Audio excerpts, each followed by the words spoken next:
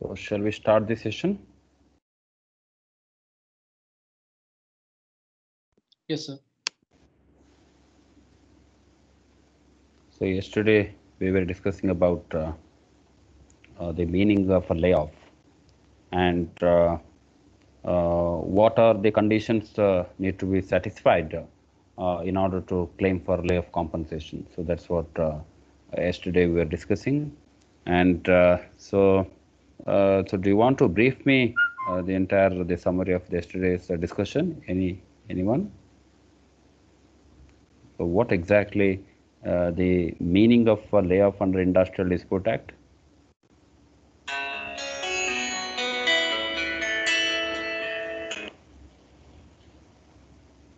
Just to summarize.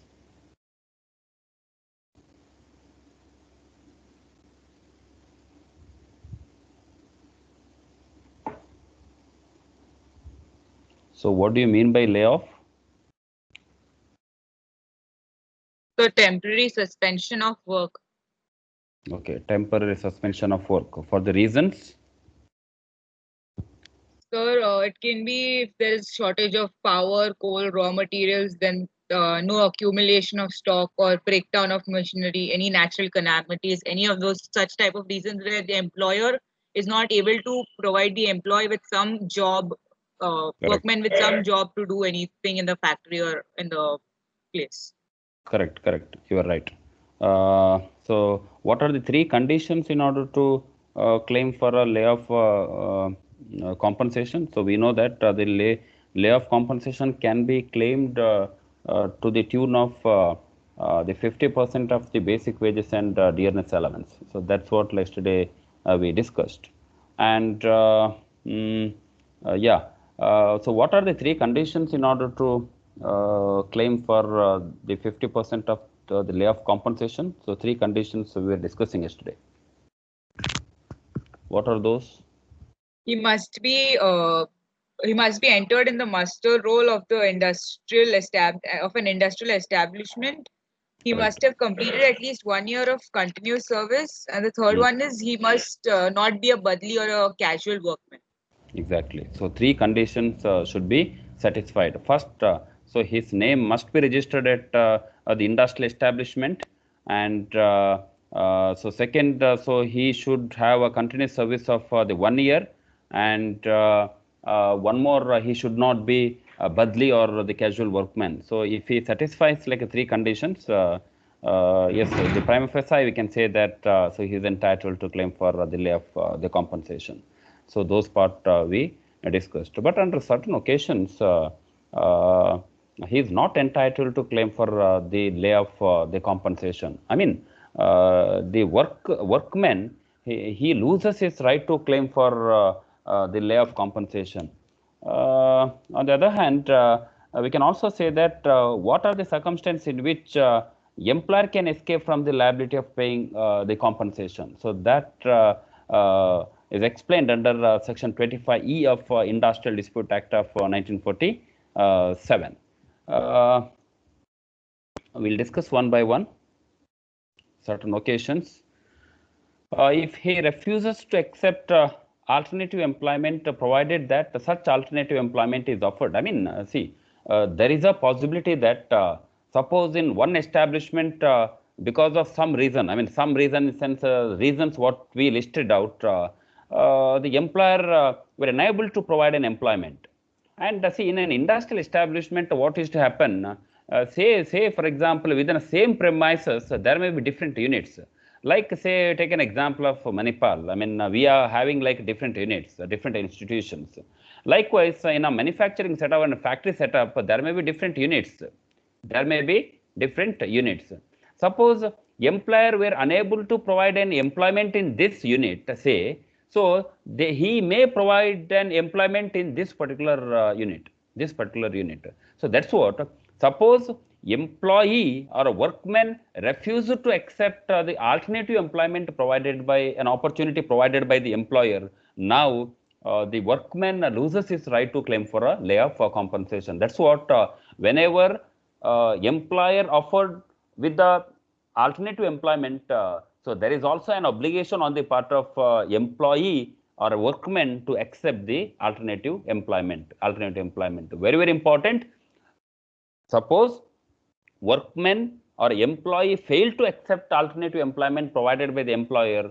Now, employee or the workman loses his right to claim for the layoff compensation. However, such alternative employment, what are the conditions? All the alternative employments he need not accept. There are certain conditions. See, the first condition. So who want to read this?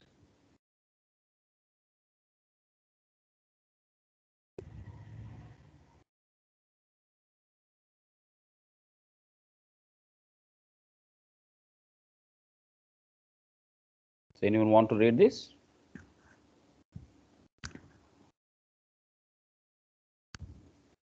It's the same establishment or in any other establishment belonging to the same employer, situate in the same town or village or situate within the radius of 5 miles from the establishment to which he belongs. Exactly. See, not all the alternative employment. This is what I said. So such alternative employment must be within a same town or village or situation within a radius of 5 miles from the establishment to which he belongs. What does it mean? The distance from one unit, say suppose he was working at A unit, and he was offered employment at unit B. Now, the distance from this unit to this unit should not exceed 5 miles. 5 miles in the sense the 8 kilometer. 8 kilometer. 8 kilometer. I mean, distance should not exceed the 8 kilometer. So, if this is a case, worker need to accept the alternative employment provided by the employer. So, not all the alternative employment. So, distance also matters. It must be within a same town or village or at least within a distance of 5 miles. Suppose Manipal, there was no employment and shifted to Udupi, yes, acceptable. And suppose in case if you shift to the Mangalore, it is not acceptable. I mean, a workman or employee need not accept such alternative employment provided by the employer. So that's what the meaning of this particular sentence. So moving in the same thing, if an employer A is giving the work, but he doesn't have any work in this, but there's some other establishment which is in the next 5 kilo radius 5 miles only.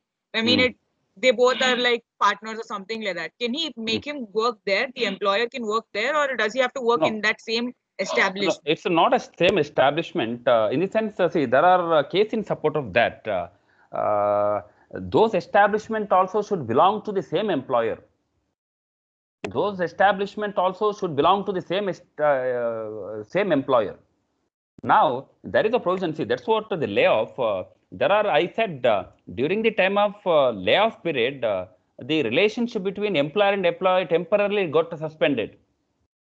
It is just a suspension of the relationship between employer and employee for a temporary period. Now, I said at 9 o'clock when they appear in a office, I mean the establishment, till like 11 o'clock or till 1 o'clock unable to provide an employment, he was laid off. In order to claim for layoff compensation at the same time, the worker should present at 9 o'clock. At least once in a day, he must present at the workplace. Suppose worker failed to present at workplace at least once in a day, now he loses his right to claim for layoff compensation. That's what presence of workman is important. And at the same time, sometimes what they'll do, some workers what they'll do. So suppose so during this period, like he was laid off. Now, so there is also possibility there. So he may go to another employer and he may work for employer B. So there is a possibility. But he loses his right to claim for compensation, of course. But at the same time, I said, suppose in case if he shifted to the another unit, so this unit also should belong to the same employer. Then only he is eligible to claim for compensation. I mean, the alternative employment should belong to the same employer. Same employer. Okay, sir. And sometimes, sometimes, suppose he was shifted to unit B. Unit B. and unit A he was working as a clerk. Now unit B, what kind of job need to be provided? There is no clerk work in a unit B. Now what type of work need to be given? Whether similar type of work should be given or any other types of law says, this Industrial Dispute Act says that similar like work, like employment need to be provided. Need not be same, but the employment should be maybe similar or which is acceptable to the employee. Suppose if a person working as a clerk, so he cannot be asked to work some like of cleaning work. No, it is not acceptable. Clean work cannot be done. That's what like employment need to be provided. Like employment in the sense which should not require very high skill, an extraordinary skill, and at the same time the such an alternative employment should be acceptable to such a worker or employee. Clear? Yes, sir. Thank you.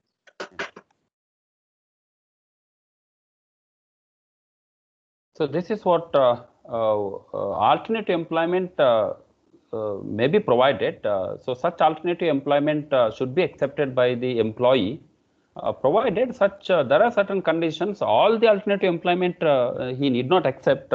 So some of the alternative employment he need to accept. And one more, if in the opinion of the employer, the alternative employment does not call for any special skill or special previous experience and can be done by the laid off workman. This is what I explained just now. It doesn't require any special skill or any previous experience. I mean, even like ordinary person, anybody can do that work and can be done by the laid off workman. But it doesn't mean that all the work, I said. So such work should be acceptable by the so suppose if a person is doing some white collar job and he cannot be asked to do some the work of the coolie. So that's what. So while giving an alternative employment, so like employment need to be provided. And one more condition, even wages also, there should not be any deductions in a wages.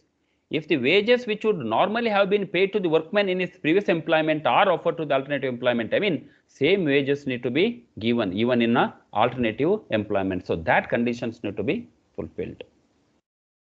So any doubt on layoff?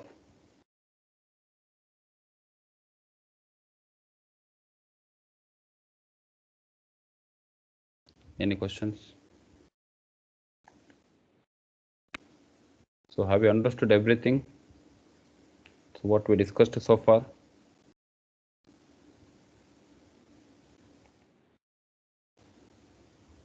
Okay, yesterday we were discussing about continuous service. So what do you mean by continuous service? I think I want to ask a questions to whom we can ask. Sir, sorry to. Ken, wait, I'll come to you. Ken.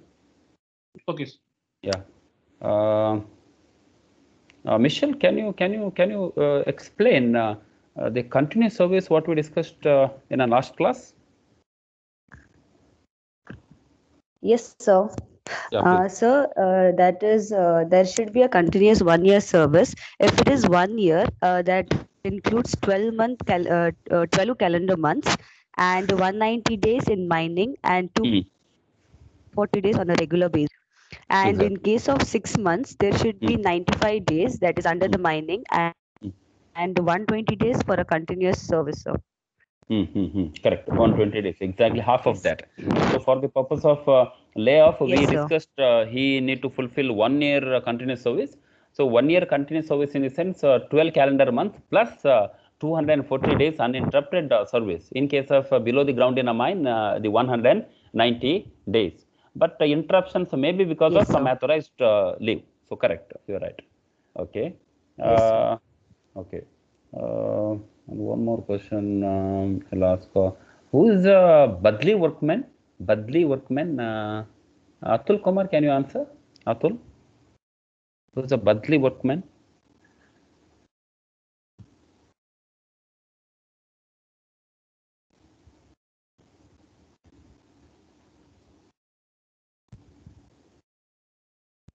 Hello.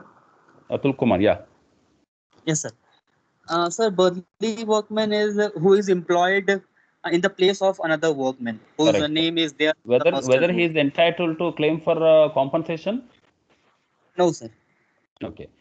See, interestingly, when it comes to the Badli workmen, in one of the case, court decided, and even like interpretations also will come to know, if a Badli workman, in case if he work for a one continuous year, I am talking about a Badli workman, suppose he continuously, he work for one continuous year, 1 year continuous service, now even Badli workman is also entitled to claim for a layoff compensation. Please note it down. Even Badli workman, in case if he satisfies this condition, 1 year continuous service, now even Badli workman is also entitled to claim for layoff compensation. Yes. We were discussing about contract of service and contract for service. So what do you understood with the contract of service and contract for service?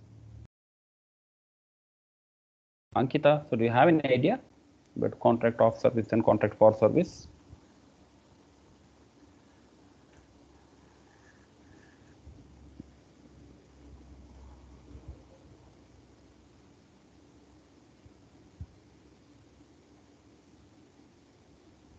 Ankita, are you there?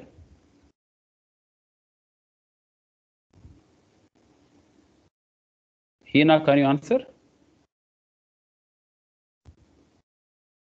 Contract of service is like between the employer and the employee, and contract for service is like it's self-employed. Self-employed, contract for service. Yes, sir. Okay. So whether contract for service or an independent contractor, whether he is entitled to claim for layoff compensation?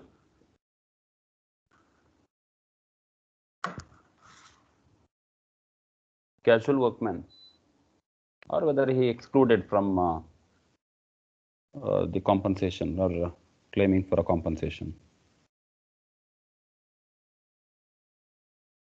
Whether he is entitled to claim for a compensation. Anyone? Whether casual workman is entitled to claim for a compensation? No, sir. No, he is not entitled to claim for the layoff, the compensation. So that's what, I mean, apart from the casual workmen, the full-time or part-time workers are entitled to claim for the layoff, the compensation. Okay. Yeah, Ken, you can ask me a question. No, sir, I just wanted you to clarify the last point in that slide previous. Previous slide, okay. What is that, alternative employment? Can't see the slide. The last point. Wages. Wages, is it? Yeah. Yeah, wages. I mean, suppose an employee is getting the 500 rupees in a unit A. Suppose if he has shifted to unit B, even in a unit B, he must provide the same wages, the 500 rupees. Okay. Yeah. So, I mean, of course, there is a obligation on an employee to accept alternative employment, but not all the employment. There are certain conditions. That's it. So, wages what if also. For example, he's shifting from a different city. You know, the standard of living is a bit higher in certain places, right? Okay. So, does he have the right to demand for more no. So those part, that's what maybe the intention of this particular the provision. Maybe like why distance they mentioned, because like later there should not be any economic burden on the employee. Yes, sir. So maybe because of that, I mean, this particular provision is very silent on those aspects, whether what kind of expenditure and whether expense should be borne by the employees or no. There is no such the clarifications. I think yes. So distance maybe because of that. I mean, in order to unnecessary economic burden should not impose on the workmen. There are some employer what they'll do. So in order to exploit the workmen, so what they'll do, they may provide an employment somewhere at the Mangalore when he was working in Udupi. I mean, so that is so things. And when it comes to those aspects, the law is silent, and what we can assume that yes, either employer may provide alternative, way of transport, or else since if it is nearby, an employer may ask employee to come over there directly. So that adjustment need to be done. Okay, okay, sir. Yes, yes.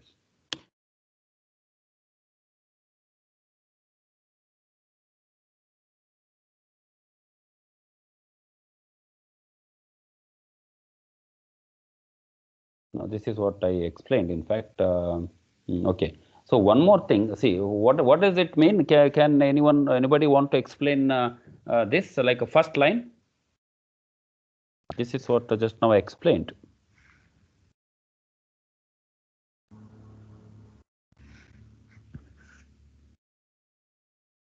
When he loses his right to claim for a compensation, when workman doesn't present himself for work at the establishment at least once in a day. This is what I explained.